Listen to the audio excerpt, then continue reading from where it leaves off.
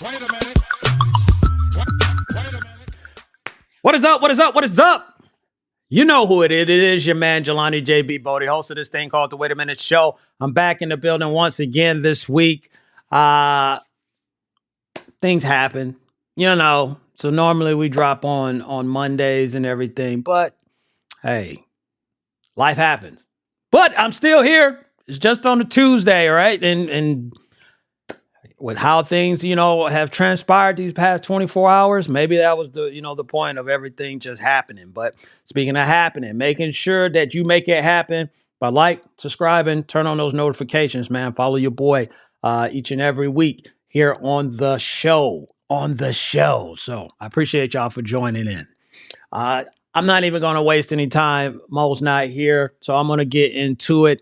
And the biggest thing that I think that everybody is talking about right now, which we should have been talking about game 5 and how that's going to be, which we will in just a moment. But Jayson Tatum of the Boston Celtics, it's been announced ruptured Achilles.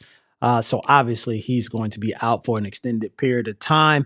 And watching this game and just you hate for it to, especially at the end of the game. You don't want it to happen at any point, but at the end of the game, they were almost out of there to move on to the next game. But the way he was holding the back of his foot, I've seen that numerous times. I was just hoping that it was maybe something else, but that was my fear. It was a ruptured Achilles. So he's going to be out. He's going to do some rehab. They say they expect him to make a full recovery, so I expect it as well. But what does that mean right now, for the Boston Celtics? And here's what I'm going to say.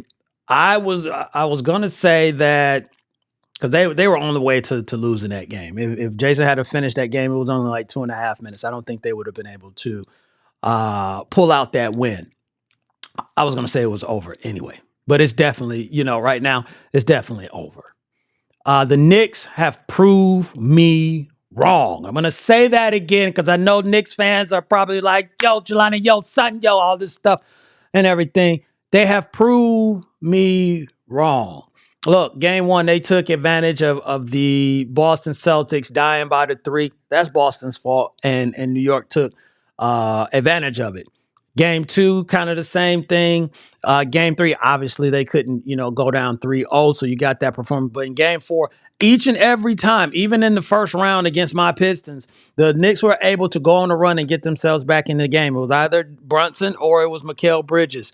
Even though that Cat has had his problems with foul trouble, you've had things with Mitchell Robinson and all that stuff. They've been able to overcome all of that. So I'm going to say it right here. I was wrong about the New York Knicks. I really thought that this would be over in 5 or 6 games and that Boston would be able to rain those threes like they've been doing all season. But New York's been able to answer back. And guys like Jalen Brunson, which I've been a big fan of watching Jalen Brunson play even when he was in Dallas. And I'm glad he's getting his shine. And I'm glad some of the other guys are getting their shine as well. But I was wrong. Now, if Boston miraculously come back, down 3-1, that's going to be something to talk about, but I just don't think it's going to happen. So I'm giving the New York Knicks their props right now. And they're going to be waiting on who comes out of the rest of the East, which right now it looks like it's going to be, the Indiana Pacers, but we don't know just yet. If Donovan Mitchell doesn't play, which he may be out, it's a wrap. They need D Mitchell in that game, but talk about that another day. Excuse me. So let's just go ahead and talk about it. Just go ahead and get. I think Minnesota is going to go ahead and close out the Timberwolves. Minnesota is going to go out and close out the Golden State Warriors. The Nuggets and OKC, man. I said the Nuggets. I want to stick with the Nuggets, but this game it's amazing. They're going back and forth. This really could go, the full limit to 7 games. But it's anybody's. So I wanted to get that out the way. Indiana, again, I already said that they were going to probably beat Cleveland. Dallas Mavericks. I say it ain't so. That's all. The Dallas Mavericks got the number 1 overall pick. 1.8% chance, which is why they call it the lottery. And they got the number 1 overall pick. You can't make this up. Now, look, there's a couple things. People are talking about conspiracy theories and, that this was just the payback to Dallas for trading Luka to the Lakers so the Lakers can still be relevant and all that stuff. Those are some good conspiracy theories, man. Like, when you look at it, it's like, hey, they did this, what some people would say is the knucklehead thing of trading Luka, and look, you got rewarded for it because it seems that Dallas is not going to trade their number 1 pick for anybody. So it looks like it's going to be Cooper Flag, to go to this team. So they got the top guy. They got the guy joining their team. So yeah, it definitely does, fuel into it and everything. But on the other side of it, I'm going to go back in just a moment. The one thing that you cannot do unless you're going to get his brother Oscar or something like that, and he's not built like that, is Kyrie Irving getting injured. Now, if they had played the whole season, Kyrie played and then it played out like that, maybe I'll go with your, conspiracy theory, because it's a great conspiracy theory. Like, it is hard to argue, but Kyrie got hurt. So part of the reason they're in this position is because Kyrie got hurt. If Kyrie had not got hurt, they probably are in the playoffs, or at least played in the first round, and we would have saw what had happened. But going back to how this, happened, we've seen the stuff with New York and Patrick Ewing and the iced out, envelope and some other things. You've heard me go crazy about us not getting Wembanyama and it goes to the Spurs instead of my Pistons. That's for another day. So I can believe it. But here's the main thing about it is that now there's no excuses.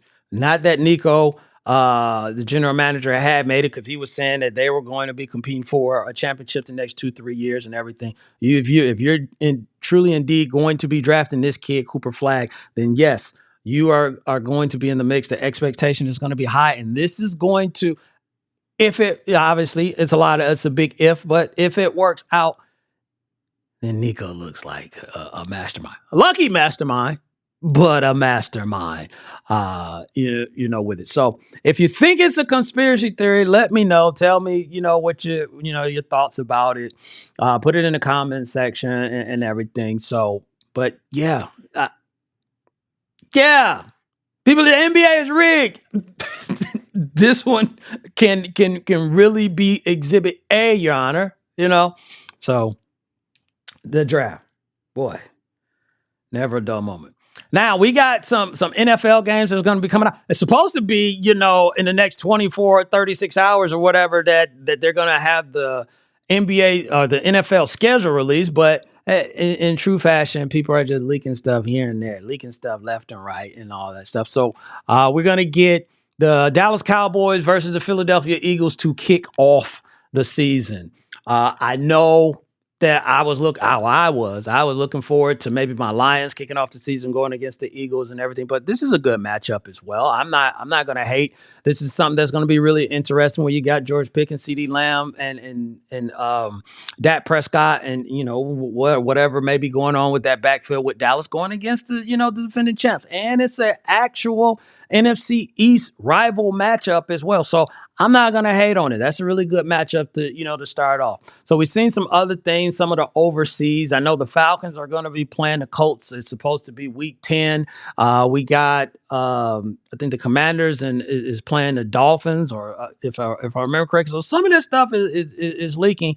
But as that schedule comes out, next week we'll talk about some of the prime major matchups that's going to be most intriguing, most I should say prime time, big time games that we should all be getting excited for. So the NFL, they're trickling themselves a little bit, in there. They dropped another Christmas game and all that stuff. So they're doing what the NFL normally do to try and keep, or not try, to keep themselves relevant in the world of sports. So we'll be talking about that and more. And then we should really be in the Eastern Conference and Western Conference finals at this point next week. So when you see me again, I'll be talking about who's there, what's going to happen, and who's going to get to the NBA finals. That and more. You never know whatever else is popping up out there. But again, make sure you subscribing to the channel, man. Help your boy out, right? Fake it till you make it. You see it in the background. Until then, I'm going to holler at y'all later. Two things as always. Stay positive and push forward.